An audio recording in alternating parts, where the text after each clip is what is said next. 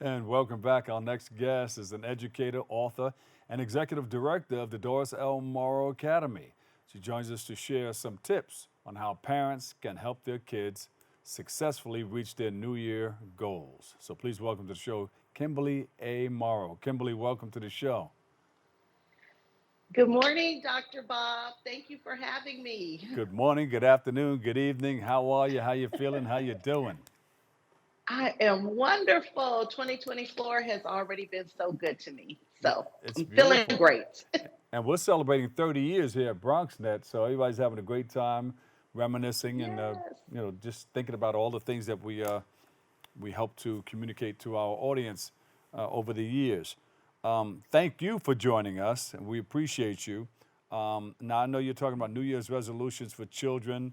You want to explain some of that? Yes. So I don't really call them resolutions, I call them goals. It's a great way to teach kids how to goal set and how to achieve their goals. Ah, So, what I recommend parents do is break out the poster boards,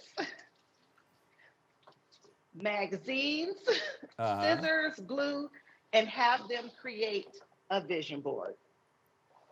There you go. And once they create the vision board, because they've invested in things that they want to do, whether it's things they want to do when they grow up or things they want to achieve in the short term. Maybe they want to join the basketball team or get good grades. A Mm-hmm. lot of times, kids will say that. And then you use that opportunity to start teaching them SMART goals, Mm-hmm. how to actually achieve these goals. Um, and for our parents who may not have ever heard of the term SMART goal, it's kind of a new thing.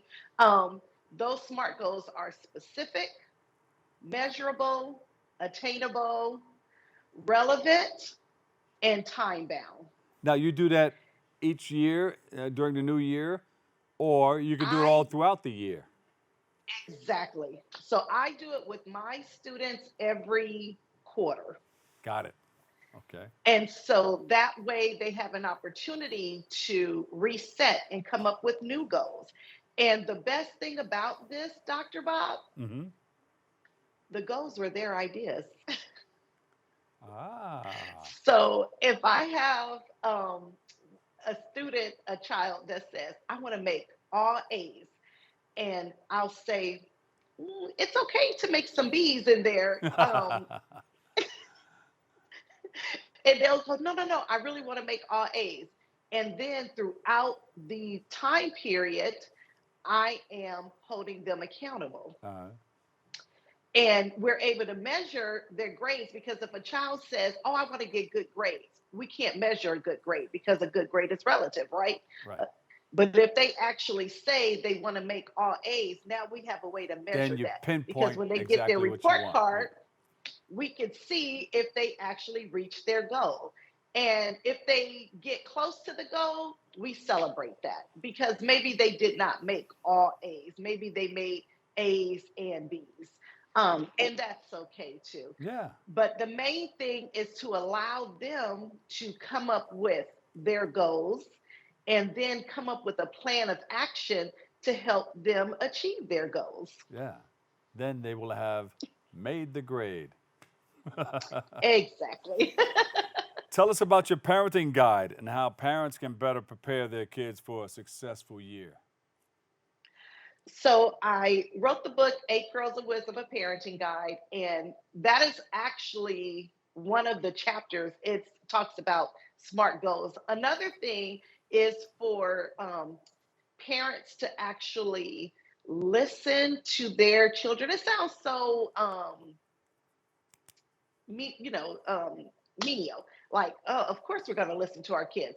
But a lot of times I find that as parents, what we want to do is tell our kids what we want them to do, but we don't really listen to what it is they want to do. Yeah, yeah. So one of the things that I talk about in the book is how to actually use what it is that their child is interested in. So of course we got to find out what they're interested in and use that interest to get them engaged in things that we know that they need to follow through with. I And use I'll it. give you an example. Oh, go ahead.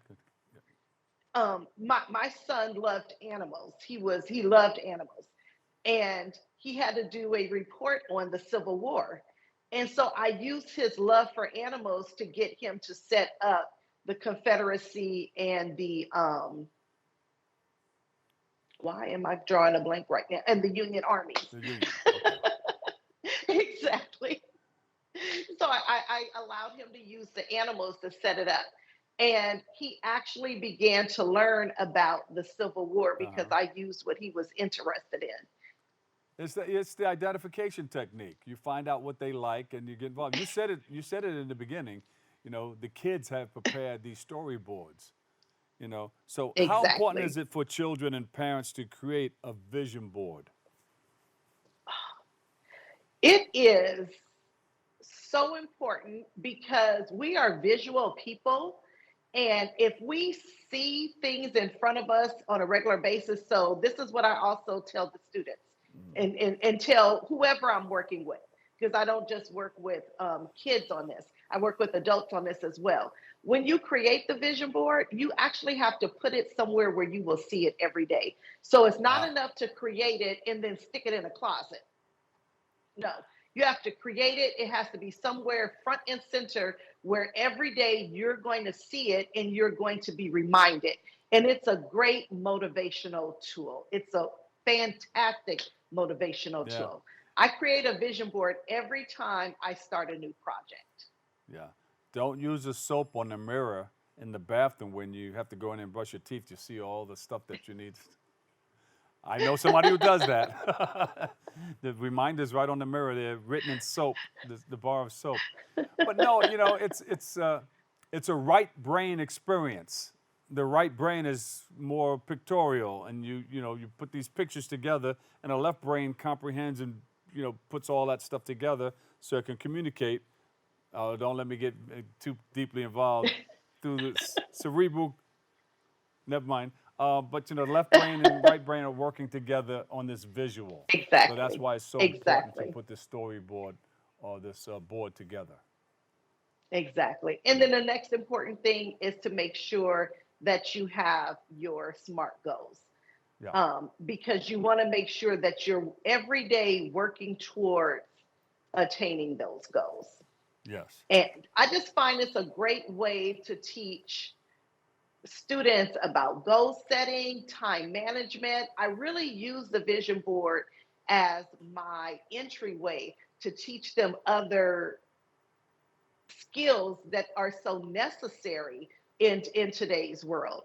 And it's kind of like a sneak attack. I Yeah. sneak those skills in, but they are necessary skills that they need to know. Organization, planning, um, time management, goal setting, those are all executive functioning skills that a lot of times our kids are missing those skills nowadays. And people can use a vision board all their lives, right? You have something that you need to do in life, you're out of And junior high or high school, you're out of college, and now you're doing this in your job atmosphere. exactly, Yeah. exactly. Like I said, every time I start a new project, I create a vision board because it helps me stay motivated, focused, and on task. So give us some tips on how, like, give me an example of a project that you would like to start and that you would put together a vision board for. Okay, so one of the projects that I was planning to start, which is started to come to fruition, is to take this teaching vision boards, doing the vision board workshops on the road. Ah, And so, yes, so what I did was I created a vision board where I put myself in front of audiences. So I have pictures where I'm speaking in front of an audience.